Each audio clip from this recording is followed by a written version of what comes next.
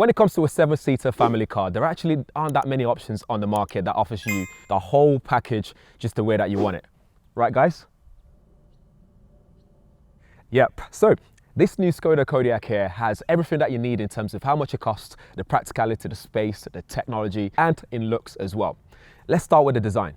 So this is the SEL version. It's also available in SE with loads of different powertrain options available, which we'll talk about. This has a full LED matrix headlight here, which is very bright. I've been using it at night time here. It looks very good. The bonnet itself is nicely sculptured, but not overly sculptured that it kind of makes it look like an overly sporty car. So it's nicely done. I love what they've done there. We've got this newly redesigned grille. You can also opt for a light LED light strip that goes across the front grille as well, but it's not on this particular version that I've got here with me.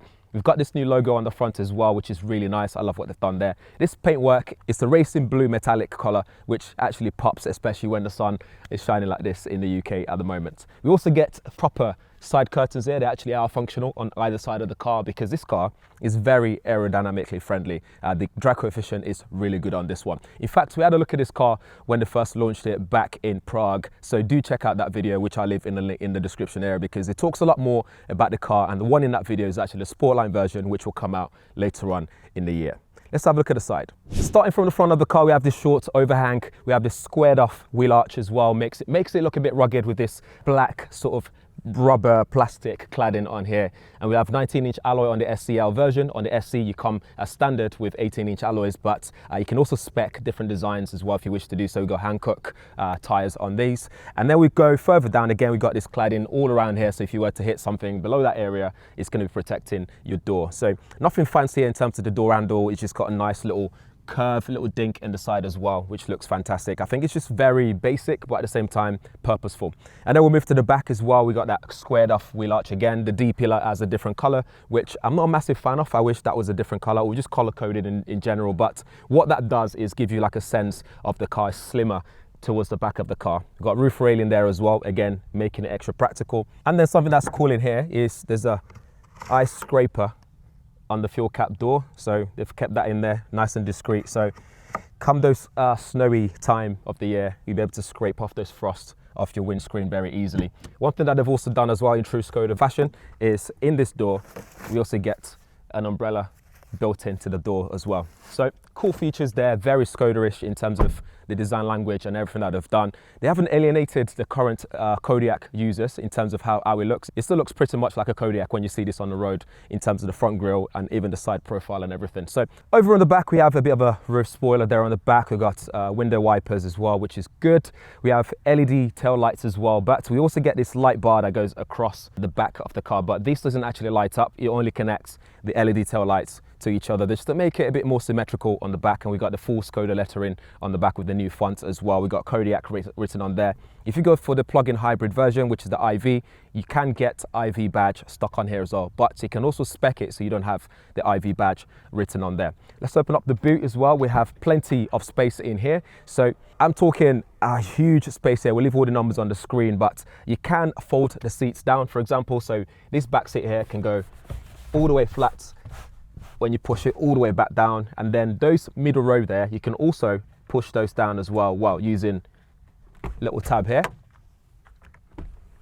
So that sends the seats down. So now you have a full room available there to transport stuff, or if you go camping, you can possibly put an airbed just there and sleep in the car if you wish to do so. And then underneath here, they've also included a space to store away the parcel shelf cover. So if you have scenarios where you don't actually need it, you can just store it away inside of that area. And when you're actually using this on the cover, there's actually another space that you can also use, and you can remove this bit, the divider, place it flat in here so that's not in the way, which is, I think, is pretty smart when it comes to making sure you have all the space that you need in the car. There's also little hooks there to hook your shopping bags and all that kind of stuff. But overall, practicality is just a theme on this car. Over on the inside, again, the spaciousness of the car continues. We see here we've got plenty of knee room, meaning I can sit here for a long period of time. I like the sitting position as well. My knees aren't too raised, they're not too low. It's just perfect for long journeys, which I really like. You got space here to store your documents. You got space to place a phone here as well. We have armrests available. Again, the cup holders is nicely placed up front, so that way your elbow is not sinking in it, which is really good. You can also maybe place your tablet there as well to watch something maybe. You can try. This middle bit, you can actually sit someone there as well. I think it's nicely comfortable. It's a bit higher up, so you're going to be blocking that mirror for the driver there, but it's comfortable enough to sit someone in the middle, and then obviously that side as well. Back to here though, we have 2 USB-C ports to charge your devices. Climate control stuff is here, 12-volt socket is here as well. But one thing you can also do here is actually move the seat forwards and backwards. So as you can see there, I can go forward if I need to, in case I need more space for the people at the back, or we can go all the way to the back like so, if there's no one sitting in the back. But that comes in handy if you have those 7 people that you need to fit in the car, and if you have someone that's a bit taller that needs a bit of a knee room at the back, that becomes very useful. One thing that's missing in here for me though is that sunroof, the panoramic sunroof that could probably stretch all the way to the back. That would be nice to have that in here, but I think you can spec that up with some of the models available, but not in this particular version. It doesn't stop there either. I can also lean the back as well. So right now I'm sat in this position, but if I want to lean a bit further back, I can also do that as well. So again, if it's just me and a couple of people here, we can stretch it to the back and still have this comfortable lean back sort of situation, and maybe fall asleep, have a nap during the ride. Getting in the back seat can be interesting as well. So to get into the back bench, you'd have to sort of move this forward a bit, fold that down, and then squeeze and finally get in, and then someone still has to help you move that seat further back again to put it back into position, but it's not the easiest when it comes to getting in. But moving on, over in the back is not the most comfortable of all places. It still adds to the practical element of it, meaning you can still sit 2 people here if you really have to. But as you can see, even with the seats in front of me folded away, the knee room is not going to be the best of all situations. And the way that I'm sat as well, my knees are quite higher up and this are quite lower. But one thing that they have done well though is the headroom in the back. And even though it's sloped back a little bit, there's still plenty of room for my head to sit here and not worry about that bit at least. There's no USB-C charging for the passengers here because it's just not there. Unlike when you look at a Kia, for example, the EV9 gives you charging at the back as well, but none for the backseat passenger. But that's pretty much it. There's not a lot of space here, but if you really need to, you do have spaces there to sit people. Just to show you as well, this is actually the seat being put in its natural position, just push back again. And you can see there, I'm super cramped. My knee is squeezed in to this position. So as you can imagine, trying to sit in this position for longer than 30 minutes, maybe, it's going to be an issue. If the person sat in front of me though is nice enough, they can push that seat forward, then I got a bit of knee room here now, as you can see there. But if they're not nice enough, it's going to be an issue. One more thing, you can't open these windows at the back. So if you're somebody who's a bit claustrophobic, you have to rely on the people sat in the front to open their window to get some air or sense of space. Otherwise, it would be nice to have that sunroof going all the way to the back. Over on the front, I like the look of this. It's very premium. It feels really nice as well. Plenty of tech. In front of us, we have a 10.25-inch instrument cluster. We have a 13-inch infotainment system, which is very responsive as well. It's a really good size, very in proportion to the rest of the front of the car. And then we have some dials here as well, which we'll talk about because it's dynamic in terms of how you operate that, for example. And then we have 2 wireless charging area here, Qi wireless charging, which is also cooled as well, which means your phone's not going to get unnecessarily hot. And then we've got a couple of spaces here to store your cup and stuff like that. And then more space in here to store more things. So plenty of space in here to store things if you have any issues. Some door cabin there as well if you need to store things. And then 2 USB-C ports here. They support Apple Wireless CarPlay and Android Auto as well wirelessly, which is really good. And then over here we have 2 glove compartments. So there's a big one there if I close that. And then there's another one here, which I also almost have to press it harder. Another space there to store some documents that you might need very quickly instead of having to open the second one. But I love the mix of material that they've used here, like some leatherette looking thing is just really nice. You can also spec this up for like the tan leather version and all that stuff. And there's head-up display as well for the driver to see vital information to keep the eyes on the road. They've also moved the gear shifting area. They've moved that control to the steering column, so that way we're able to have more space here to control things. But I love the mixture of buttons and touch screens here. They haven't taken over what Volkswagen are doing now with like the Cupra and so on with the slide stuff, and no, they've just kept with the knobs here, which works really well. So for example, if we look at this here, right now we can see volume logo on there, but if I press it once, you can see now I can change the direction of where the air blows in terms of ventilation in the car. If I press that one to select it, next one we can see the smart climate control system. Press it again, then I've got the volume there, so I can control the volume in the car for my sound system. And then if we look at the temperature area here, I can press this to control my heated seat system. So you can see there, I can control the intensity of it. Press it again, it goes back to just a normal temperature number and stuff. If I press and hold it, I can then use it to sync. As you can see there, I can synchronize with both front passengers in terms of temperature. So pretty neat what they've done there, and I like that. That area there, you can also customize it, so you don't have to have all these settings available here. You can just have 2 of them, for example, or just 1, which I'll show you guys in the infotainment system. So on the infotainment system, it's very simple and straightforward to use. So right at the bottom there, you will see all the essentials for our sat nav, phone call, music, and also your climate control system, which is there if you want to operate it using this area. We can also press this to go back home at any time, and press this one here, which will take us to some of the applications, but there's nothing much here at the moment. So once you go on here, it's very simple to use, very responsive. As you can see, you can scroll across and see different things on each menu area. We press this button here right at the top. This takes you to the vehicle settings, so we can go to vehicle, see some of the settings available. So this will give you a nice representation of the car, so you can then select different area like your head-up display, driving data, interior, etc. Press exterior, you can change some of the exterior settings or view your car status using the option there. There's one report there which I actually don't know what that is, but anyway, if you press it again, we go back out, we can see our driver assistance system. So you can see all the safety features available, like lane assist and lane keep system. You've got speed warning, attention monitor, drowsiness monitor, front assist, adaptive cruise control, speed limiter, eco assist, and so much more stuff is available there. You can also have a 3D view there of the car, so you can have a look at different things that you can change. So by pressing this, you can go through that settings if you wish to do so, but I just prefer the list because it's easy to see everything and just toggle them on and off. You can also press this one here at any time. So if I just go home first and press this one, this will also take you to all the driver assistance settings and systems in the car. Go back out here, the smart dials I was talking about down there, you can control what's on there. So you can have volume, direction, smart climate, volume, or you can just have just one thing. You can't have nothing, so one thing has to be selected. So usually I just have volume on there and turn everything else off because that's something that I just quickly want to use sometimes, but it's entirely up to you. Or you can reset it to default and you can see what's available there.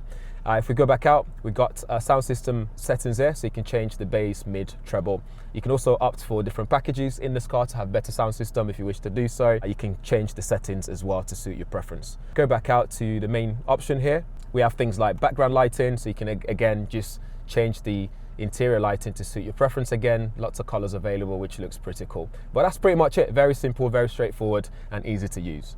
On the instrument cluster, it's all digitalized as well. So here we can change the view. So if I press this button here, for example, you can see the view changing there. So you can have complete dials and stuff like that, entirely up to you. But what you can also do is each dial there, for example, I can change the information that's in there. So if I tap this once, I can then scroll up and down and see music that's playing. I can see route guidance and things like fuel consumption and so on and so forth. So if I just leave that as that one there, since refueling, tap it again on this side, I can then select different things as well, like oil temperature, car information is basically like distance and all that kind of stuff. I can have all that displayed on that side, but that's pretty much it. Very straightforward. Again, you select it to suit your preference and you're good to go. In terms of powertrain, it can be quite confusing because there are many options available, but this is the way that I'm going to narrow it down. You have your 5-seaters and you have your 7-seaters, and then you have the option for petrol.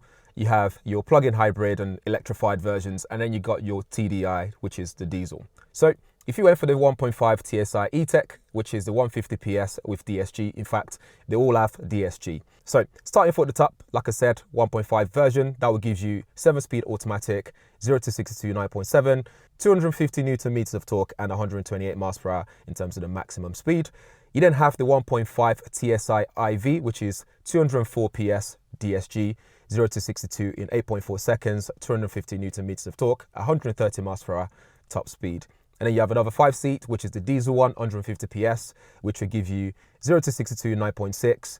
You have 360 Newton meters of torque and 127 miles per hour maximum. And then we have the SEL 5-seat version. So that will give you 8.4 seconds for 0 to 62 numbers, 250 Newton meters of torque and 130 miles per hour maximum speed. And then we go to the 7-seaters.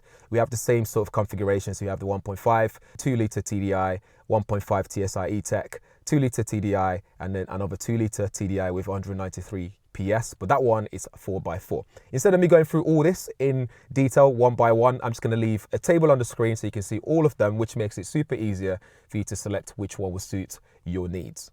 So now that you have all the facts and figures, let's talk about how that actually feels in the real world driving around this countryside. I've been driving on the motorway, I've done city driving as well.